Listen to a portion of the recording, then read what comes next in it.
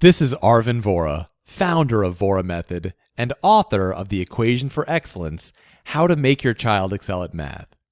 In this video, we're going to talk about how we handle emergency situations at Vohra Method and what our secrets are for helping students in those situations end up actually dominating the test and learning the subject matter thoroughly. You may have heard from a friend or a family member that they worked with us, and before the test, a day before the test, they didn't really know anything and they were totally confused. And then not only did they do really well in the test, but they also learned the subject matter very well. It doesn't come from being better at explaining or knowing more math or more chemistry or anything like that. There are certainly people who are better at explaining than I am, and there's many people who know much more math and chemistry than I do. Our success comes from maintaining a calm and tactical mindset in an emergency situation. Imagine the following. Suppose that you have a new car and you want to drive it to your friend's birthday party. You're going to be able to show off your new car. You're going to be able to hang out with your friend. You're going to be able to go to a party. It's time for you to leave, and you go down, and what do you see? A big, nasty, flat tire. At this moment, you're now in a tactical situation. And the key of a tactical situation is you must choose what you're going to sacrifice. You must choose what compromises you're going to make. Because if you don't make any compromises at all, then the situation is going to pick the compromises for you. And the situation is never going to pick a compromise that you're going to like. So in this situation, you have a few options. You could take an Uber to your friend's birthday party. In this situation, you end up not getting to show off your car, but you do end up going to the birthday party, getting there on time, and enjoying yourself.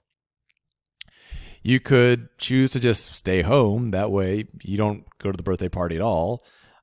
You could change the tire yourself if you had the equipment, and that means you're going to have to put in some work, and you might get to the party a little bit late. Or you could call AAA. You won't have to put in any work, but you're going to be even later. You might be an hour to an hour and a half late. And any of these solutions is reasonable. I mean, to me, obviously, the best solution is you just take an Uber to the birthday party, but the other solutions are also perfectly fine. Now, what if you say, well, I don't want to sacrifice anything? Now, notice all those solutions involve some kind of sacrifice. Either you sacrifice timeliness, you sacrifice going there at all, you sacrifice showing off your car, you sacrifice something and you pick your sacrifice. But let's say you're like, no, I'm not sacrificing anything. I'm gonna drive my car to the birthday party, here I go. You get in the car, you hit the accelerator, you drive off, and you maybe make it 100 yards before the tire is totally destroyed. You've probably damaged your rim, maybe some other parts of your car. You're definitely not making it to the birthday party. By refusing to compromise, you end up with the worst of all possible situations. Instead of choosing intelligently what to sacrifice, you let the situation choose for you. Let's see how that applies to an academic situation. In an academic situation, suppose you have a calculus test tomorrow, and either you haven't even opened the book, or you really tried really hard, but you just didn't get it. You couldn't make it make any sense. You come to work with me, and we've heard that I've helped people through this type of situation before. What's my first move? My first move is I'm going to try to buy more time. It's the most obvious thing to do. And if you're in a calm situation, it's apparent that's what you should do. Having a few hours to prepare for a test is very different from having a couple days. If you have a few days, you can do a lot more. So the first thing I'm going to do is you're going to try to skip school tomorrow. Get a doctor's note, just don't show up, do whatever you need to. And 99% of the time you can do that. Now, if tomorrow is the championship game of your sports team or the most important performance of your life or something, you have to go to school, okay, fine. 1% of cases, you can't do it. 99% of the time, you're going to make that sacrifice. What are you sacrificing right now? You're sacrificing your attendance record. You know why? Because who cares about your attendance record? It's just not that important. It might be emotionally important, but it's not important for any tactical or strategic or academic or college admissions reason of any kind whatsoever. So we sacrifice it if we can, and we almost always can. Then we get into the tutoring itself. And here's where you're going to see the biggest differences. Suppose that your test tomorrow is in calculus, and it's about partial fraction decomposition for integrals. Now, a prerequisite for even thinking about that is you have to know how to add fractions. Now, let's say that I'm working with you. I realize you don't know how to add fractions. It's no big deal. You're motivated. You're not in fourth grade anymore. You're more advanced. I can probably teach you how to add fractions in 10 or 15 minutes. But that's not what most people do in this situation. Most students, most tutors, most teachers, most parents just freak out. They say, oh my God, I don't have time to do this. We can't do fractions. We have to just learn this part. And it's impossible. I mean, it's a fool's errand. I mean, if you try to learn partial fraction decomposition, but you can't add fractions, it's a fool's errand. Nobody could do that. You might learn some stupid formula in the short term, but you'll probably almost certainly forget it before the test. And even if you don't, all the teacher would have to do is change one little thing and the formula wouldn't work.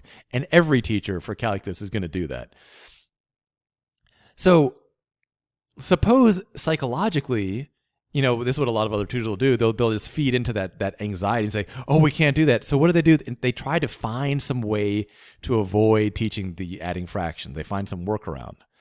Here's the problem with the workarounds. One, the workarounds are going to take longer. And second, the workarounds aren't even going to work. So now you're under time pressure and you've wasted a bunch of time to do something that cannot possibly work.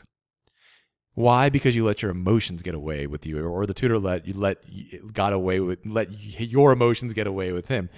Either way, you let emotions take control of the decision making.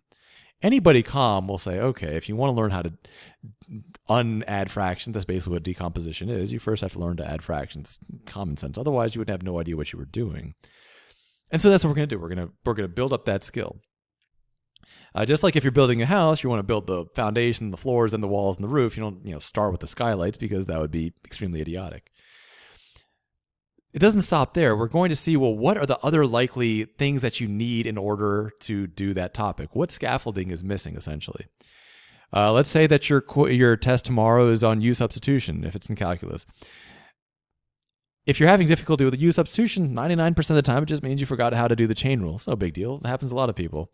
And again, we would just fix that really quick, go back to the thing. In not too much time, you would have the situation mastered. And that comes from focusing on things in a calm, logical, strategic fashion. And it's really important for you that you don't let emotions take over and lead you astray. Now, if you want to see what it looks like when people's emotions get away with them, imagine you're in this situation, right? You have a test tomorrow. You tried your best. You couldn't learn it.